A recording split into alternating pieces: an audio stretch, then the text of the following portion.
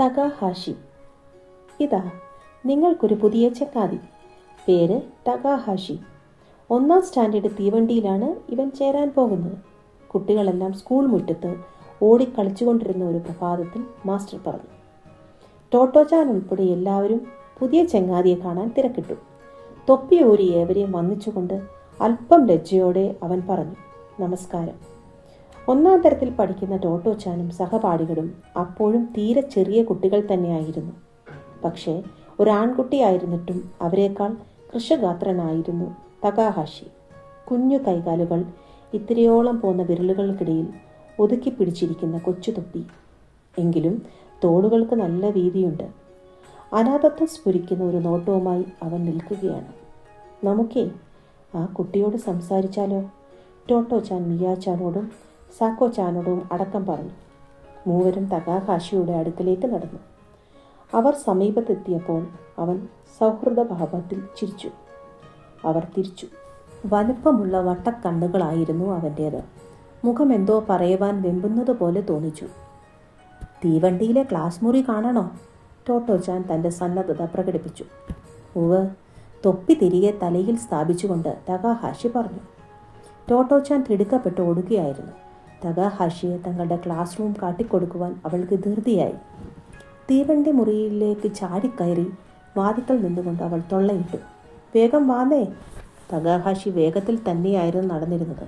എങ്കിലും ദൂരം ഇനിയും ബാക്കി കിടക്കുകയാണ്. ഞാൻ വരണോ? വേഗം കൂട്ടുവാനുള്ള ശ്രമത്തിനിടയിൽ അവൻ പ്രാഞ്ചി കിരിച്ചുകൊണ്ട് പറഞ്ഞു. പോളിയോ ബാധിച്ച യാസാക്കിച്ചാനെ പോലെ മുടന്തിയല്ല തകാഹാഷി നടക്കുന്നത്. എന്നിട്ടും തീവണ്ടി മുറിയിലെത്താൻ അവൻ യാസാക്കിച്ചാൻ്റെ അത്രയും തന്നെ സമയമെടുക്കുന്നുണ്ടെന്ന് കൊച്ചു ടോട്ടോയ്ക്ക് ബോധ്യമായി. അവൾ ക്ഷമയോടെ വാതിക്കൽ കാത്തുനിന്നു. വേഗം എന്ന് ഇനിയും ധൃതി പിടിപ്പിക്കാൻ പറ്റില്ല. കാരണം തകാഹാഷി തനിക്കാവുന്നത്ര അകലത്തിൽ കാലുകൾ നീട്ടിവെച്ച് ഓടുകയായിരുന്നു. ടോട്ടോചാൻ അവൻ്റെ കാലുകൾ ശ്രദ്ധിച്ചു. മുട്ടിൽ നിന്നും ഇരുവശങ്ങളിലേക്കും അകന്ന മട്ടിലുള്ള തീരെ ചെറിയ കാലുകൾ. അധ്യാപകരും മറ്റു മുതിർന്നവരും പറയുന്നത് അവൻ്റെ ശരീര വളർച്ച നിലച്ചു പോയെന്നാണ്. ടോട്ടോചാൻ തന്നെ ശ്രദ്ധിക്കുന്നത് അവൻ കണ്ടു. കൈകൾ നീട്ടിവീശി വേഗം വർദ്ധിപ്പിക്കാനായി അവൻ്റെ ശ്രമം. കുട്ടിക്ക് നല്ല വേഗത്തിൽ ഓടാൻ അറിയാലോ. തീവണ്ടി മുറിയുടെ വാതിക്കലെത്തിയപ്പോൾ തകാഹാഷി പറഞ്ഞു. കിതയ്ക്കാതിരിക്കാൻ ബന്ധപ്പെട്ടുകൊണ്ട് അവൻ തുടർന്നു. എൻ്റെ വീട് ഒസാക്കയിലാ. ഒസാക്കയിലോ? അടക്കാനാവാത്ത അത്ഭുതത്തോടെ അവൾ ചോദിച്ചു. ഒസാക്ക അവൾ ഒരിക്കലും കണ്ടിട്ടില്ലാത്ത സ്വപ്ന നഗരമാണ്.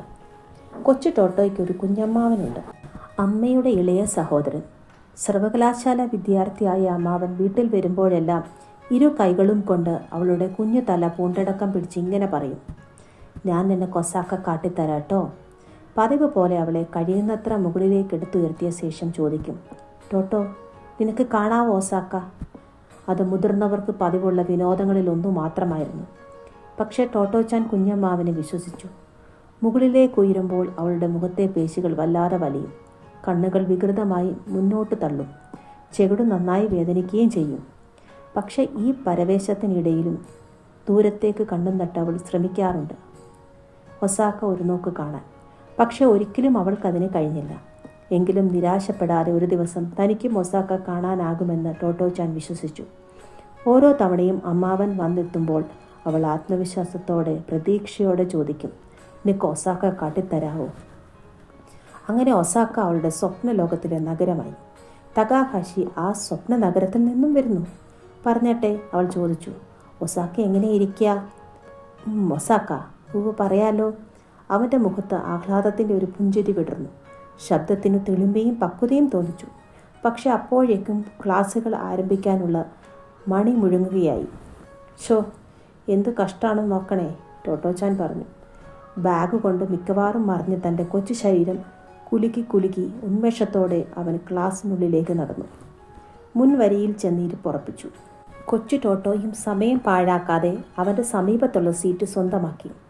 ആർക്കും ഇഷ്ടമുള്ളിടത്തിരിക്കാമെന്ന ടോമോ നിയമത്തെ ഉള്ളാലെ സ്തുതിച്ചുകൊണ്ട്. സ്വപ്ന നഗരമായ ഒസാക്കയിൽ നിന്നും വരുന്ന അവനെ വിട്ടുപിരിയാൻ അവൾക്ക് മനസ്സു വന്നില്ല. അങ്ങനെ ഒരു പുതിയ ചങ്ങാതി കൂടി, തകാഹാഷി.